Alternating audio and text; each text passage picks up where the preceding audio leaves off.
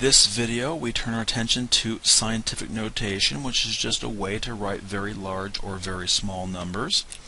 The notation is going to be a times 10 to the nth power. Now the power n is basically just going to tell you the number of places that you're going to move the decimal. I don't like to tell you if it's positive you move to the right or the left, or if it's negative you move to the right or left. You'll see how I handle the positive negative in a little bit.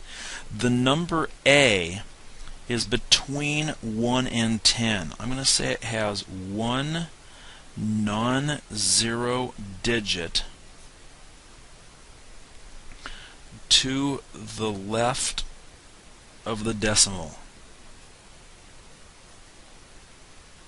Now that means to the left of the decimal 1 through 9 if we can't have 0. Now the first skill is to learn how to write numbers in scientific notation. What we're going to do is we're going to pay attention to the significant digits here. That's what we call these non-zero digits.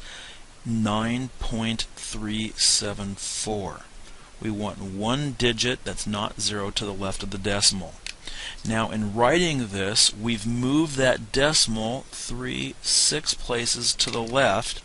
This is going to be times 10 to the 6th power. For large numbers, this power is positive, and for very tiny numbers, it's negative, as we're going to see in a little bit.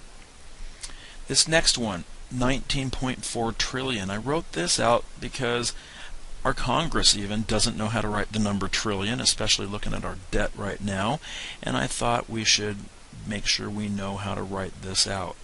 If we put 3 zeros on, that's 19,000. I should probably put my 4 in there instead of a 0. 3 more zeros makes million. 3 more zeros makes billion. 3 more zeros after that moves on to trillion.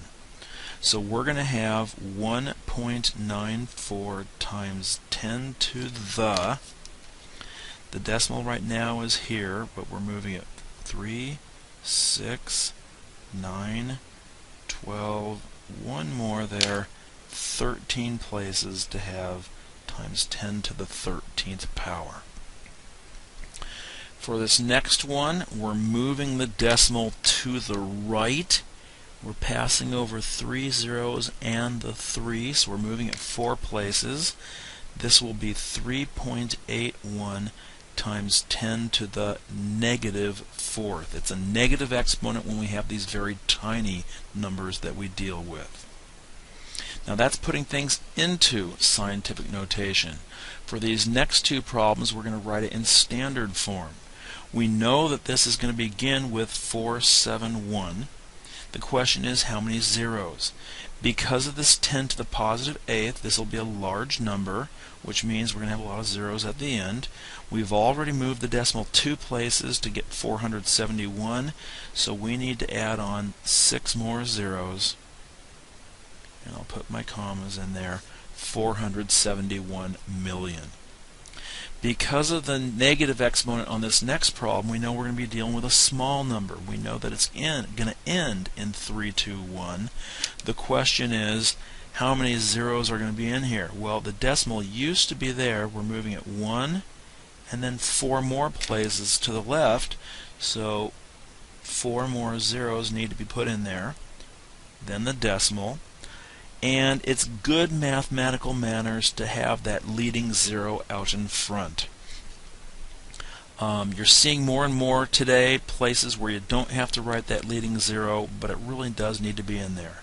An English teacher will not let you turn an essay in if you've got the word ain't in it.